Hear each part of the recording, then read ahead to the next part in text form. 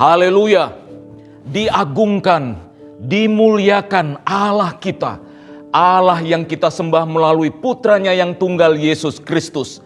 Sebab perbuatan-perbuatannya ajaib di tengah-tengah kehidupan kita. Khususnya pada saat ini. Di beberapa kota yang ada di Jawa ini, pandemi mengalami peningkatan lagi. Tetapi kita sungguh bersyukur. Karena sudah banyak kesaksian-kesaksian yang kita dengar bahwa ada begitu banyak umat Tuhan yang telah disembuhkan. Khususnya mereka yang terpapar COVID-19 dan saat ini mereka semua dipulihkan. Sungguh kita mengagungkan Tuhan karena Dia adalah Allah penyembuh. Sungguh kita bersyukur kepada Dia karena di tengah-tengah kondisi yang sulit ini kita tetap dipanggil untuk melayani mereka yang membutuhkan. Saudara-saudariku sekalian, senang bisa menyapa Anda lagi melalui program Sabda Menyejukkan. Saya percaya bahwa melalui program ini kita semua telah diberkati, kita semua telah diteguhkan. Dan pada minggu ini saudara-saudaraku sekalian, saya kembali akan menyampaikan firman Tuhan yang tetap diambil dari perikop yang sama atau ayat yang sama dari 2 Timotius 2 ayatnya yang ke-21 yang mengatakan, jika seorang menyucikan dirinya dari hal-hal yang jahat, ia akan menjadi perabot rumah untuk maksud yang mulia. Ia dikuduskan, dipandang layak untuk dipakai tuannya, dan disediakan untuk setiap pekerjaan yang mulia. Saudara-saudariku sekalian, seri Bejana Kekudusan pada minggu yang lalu telah dibahas bagaimana bejana kekudusan itu mengemban misi transformasi dari Yesus Kristus melalui tindakan nyata. Dan tindakan nyata itu diwujudkan melalui pelayanan-pelayanan, baik itu pelayanan melalui gereja, pelayanan-pelayanan sosial, pelayanan pendidikan, dan juga pelayanan kesehatan. Kita sungguh melihat bahwa di sana tetap Allah melakukan perbuatan-perbuatan yang besar. Tetapi saat ini saudara-saudaraku sekalian, saya ingin kembali mengajak untuk melihat siapakah sebenarnya kita ini, sehingga Allah memberikan mandat yang suci kepada kita. Siapakah kita ini, sehingga Allah mengutus kita untuk melayani, mengemban mandatnya di tengah-tengah dunia yang syarat dengan konflik, syarat dengan kepentingan. Berbagai ideologi muncul yang kadang-kadang dapat saja menimbulkan konflik, nepotisme, praktek korupsi, dan lain-lain. Padahal saudara-saudariku sekalian, saat kita melihat diri kita sendiri, kita akan menemukan bahwa sesungguhnya saya dan saudara-saudara sekalian adalah orang-orang yang bukan orang yang sempurna. Tetapi pertanyaannya adalah, mengapa Allah memberikan mandat yang suci kepada kita sebagai orang-orang percaya untuk melayani Dia di tengah-tengah dunia ini? Saudara-saudariku sekalian, kembali kita melihat dalam 2 Timotius 2 ayatnya yang ke-21 ini, jelas menyampaikan kepada kita mengapa kita diberi mandat yang suci. Alasan yang mendasar adalah karena Allah telah menguduskan kita. Dan karena kita sebagai orang-orang percaya mau hidup di dalam ketekunan itu, dan kita mau menyucikan diri dalam anugerah itu, sehingga Allah mau memanggil kita, Allah mau menguduskan kita, Allah mau mengutus kita untuk tujuannya yang mulia. Artinya saudara-saudara sekalian, bahwa dalam hal ini bukan masalah siapa kita, tetapi Dia yang memberi mandat itu kepada kita untuk melaksanakan tugas yang mulia, tugas yang suci ini. Sebab kita ada di dalam anugerah kekudusan itu. Saya mencoba untuk mengulangi lagi, sekali lagi, untuk mengingatkan kepada kita apa sebenarnya kekudusan itu. Apa sebenarnya kesucian itu yang kadang-kadang kita sulit untuk memahaminya. Kesucian adalah kita dipisahkan untuk maksud yang mulia. Kita yang hidup di dunia dengan berbagai syarat yang telah disebutkan di atas. Salah satunya adalah syarat berbagai kepentingan, konflik, dan lain-lain. Kita dipisahkan untuk melakukan perbuatan-perbuatan besar dari Dia yang mengutus kita di tengah-tengah dunia yang penuh dengan berbagai konflik ini. Saudara-saudariku sekalian, kita dipisahkan untuk maksud mulia bagi kerajaan Allah. Inilah kekudusan itu. Dan bukankah ini sesuai dengan teks yang kita baca? Perabot itu disediakan untuk maksud melakukan pekerjaan-pekerjaan yang mulia. Kita dipanggil, disediakan, diutus untuk melakukan perbuatan-perbuatan yang besar. Tuhan memberikan tugas suci ini sebab misi inkarnasi, khususnya penebusan yang dikerjakan oleh Yesus Kristus di atas kayu salib, harus diberitakan di sepanjang zaman dan di sepanjang waktu. Dan oleh karena misi inkarnasi inilah maka kita dijadikan kudus, sebab Allah telah memulihkan gambarnya yang rusak. Saudara-saudariku sekalian, waktu manusia jatuh ke dalam dosa, sesungguhnya manusia itu yang adalah gambar Allah itu telah rusak gambar itu. Sehingga waktu Kristus menebus kita, waktu Kristus menyucikan kita, sesungguhnya Dia sedang memulihkan gambarnya yang rusak. Itulah sebabnya mengapa saudara-saudariku sekalian, kita dipanggil untuk memberitakan bahwa di dalam Dia, di dalam misi inkarnasi itu ada pekerjaan besar yang harus kita beritakan, yaitu penebusan Yesus Kristus yang telah terjadi. Dan setiap orang yang mau menerima penebusan itu, maka akan menerima keselamatan. Saudara-saudariku sekalian, kembali kalau kita melihat diri kita, siapakah kita ini? Waktu kita jatuh ke dalam dosa, seumpama bejana yang jatuh berkeping-keping. Ketika bejana itu jatuh berkeping-keping, maka bejana itu tidak dapat melakukan fungsinya.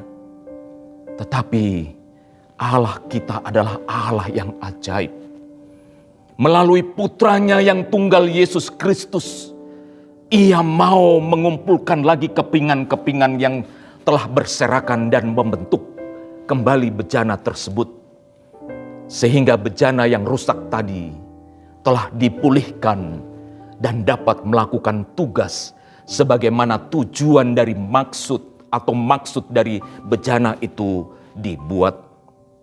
Saudara-saudariku sekalian, dengan demikian alasan mendasar mengapa kita dikuduskan dan mengapa kita hidup dalam ketaatan atau kekudusan itu, sebab kita dijadikan bejana yang berharga dan mulia bagi pekerjaannya yang mulia.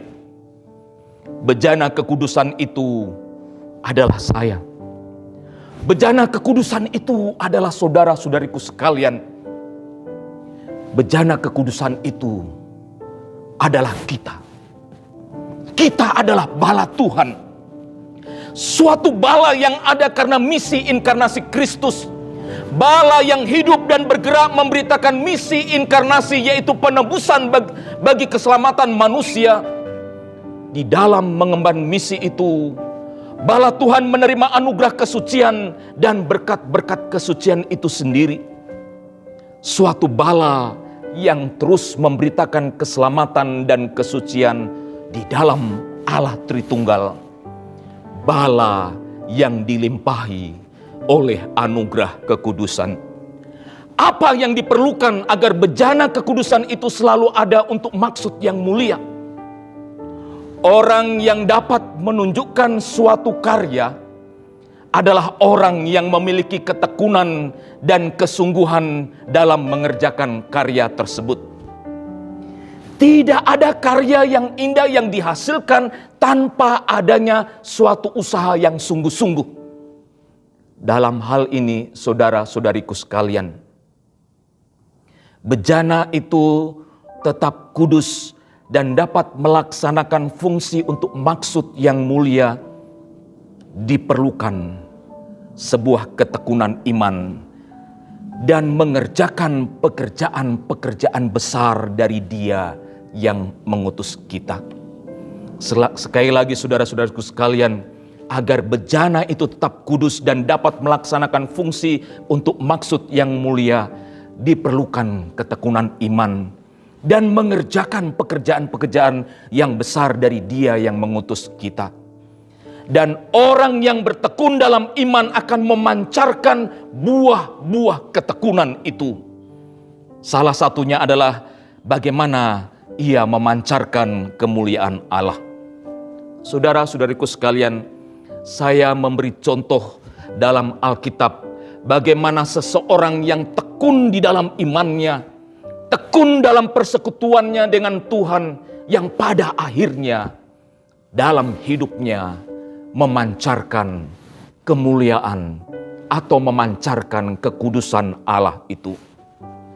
Musa, ketekunan Musa bergaul dengan Allah di Gunung Sinai menghasilkan kesucian Allah memenuhi hidupnya.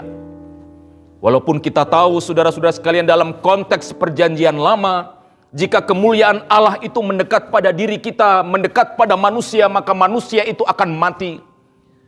Tetapi Musa yang bergaul dengan Allah, khususnya di Gunung Sinai, tanpa ia sadari, ketekunannya untuk bersekutu dengan Allah mengakibatkan dirinya memancarkan kemuliaan Allah itu, memancarkan kekudusan Allah itu. Dalam Keluaran 34 ayatnya yang ke-29 dikatakan, ketika Musa turun dari Gunung Sinai, kedua loh hukum Allah ada di tangan Musa ketika ia turun dari gunung itu. Tidaklah ia tahu bahwa kulit mukanya bercahaya oleh karena ia telah berbicara dengan Tuhan.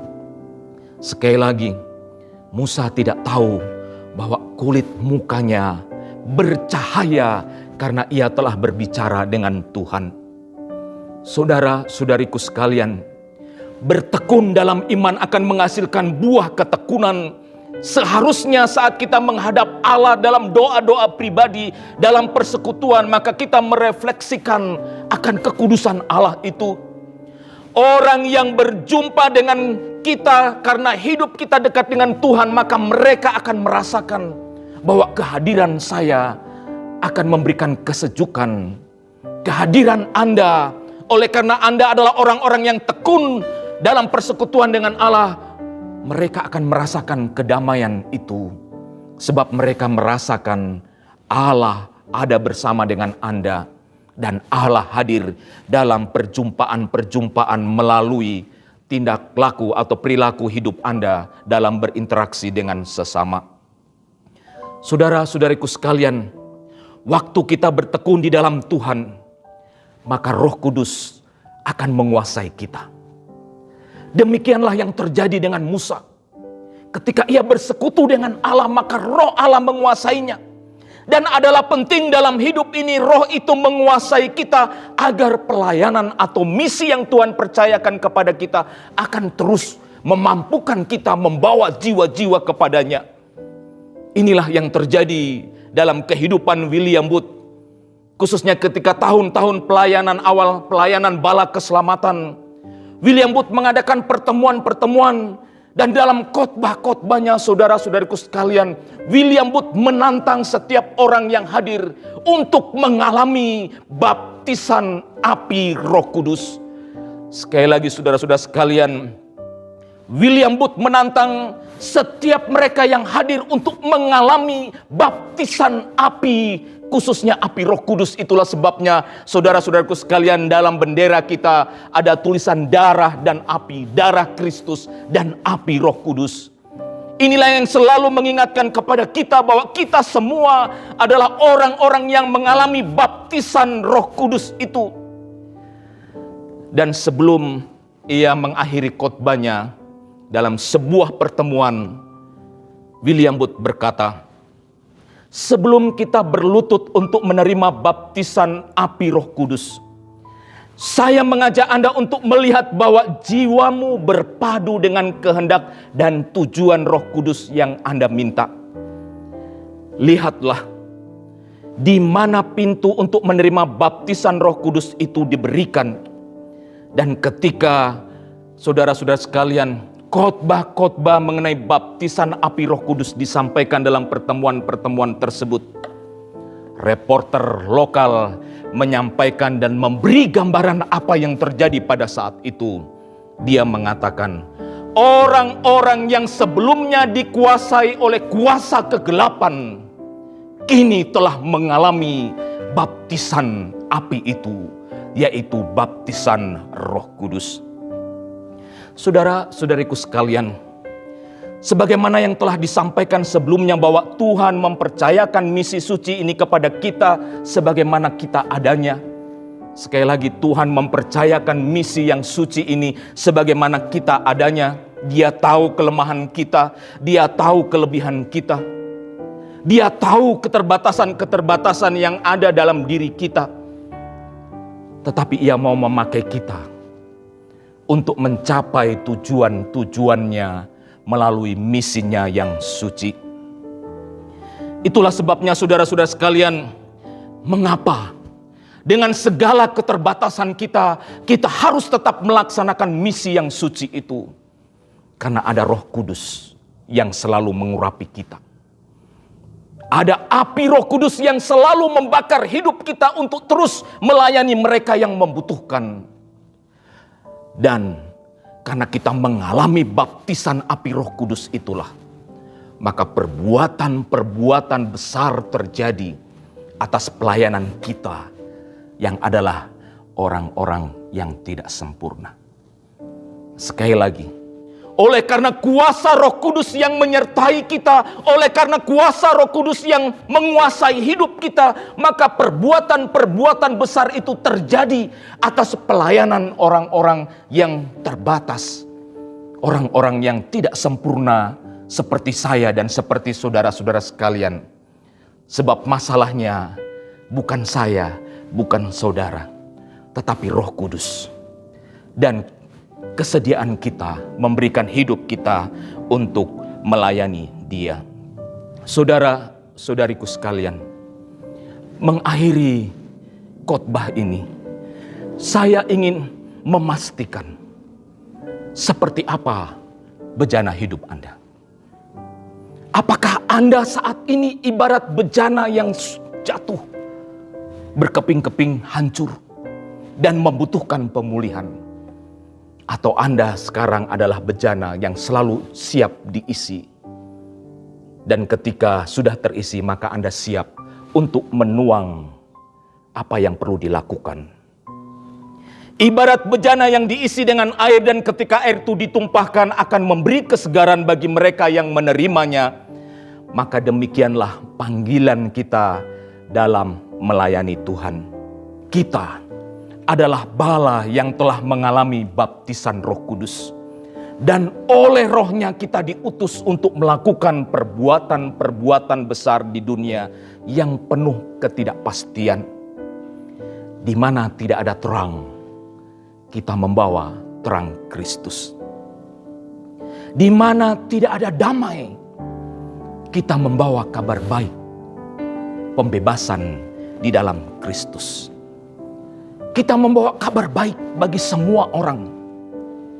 Di mana tidak ada keadilan, di sana kita melayani dan memastikan bahwa keadilan Kristus untuk semua yang mau menerimanya.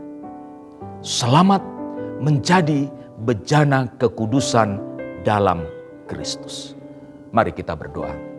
Diagungkan dan dimuliakan Engkau ya Allah, yang telah memanggil kami orang-orang percaya untuk menjadi perabot atau bejana kekudusan, melayani umat manusia di tengah-tengah dunia yang syarat dengan berbagai konflik dan kepentingan, yang syarat dengan berbagai kontroversi yang selalu terjadi, yang syarat dengan munculnya berbagai penyakit yang dapat saja merenggut hidup kami.